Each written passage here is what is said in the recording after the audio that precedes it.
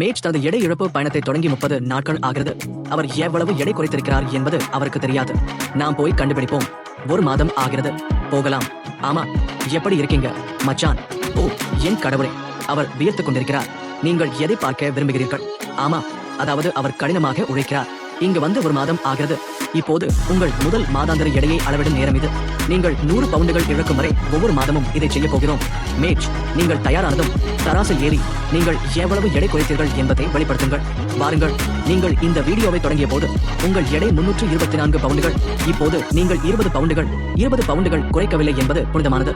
இந்த வீடியோவில் நீங்கள் குறைக்க வேண்டிய மொத்த எடையில் 20% இதுதான்.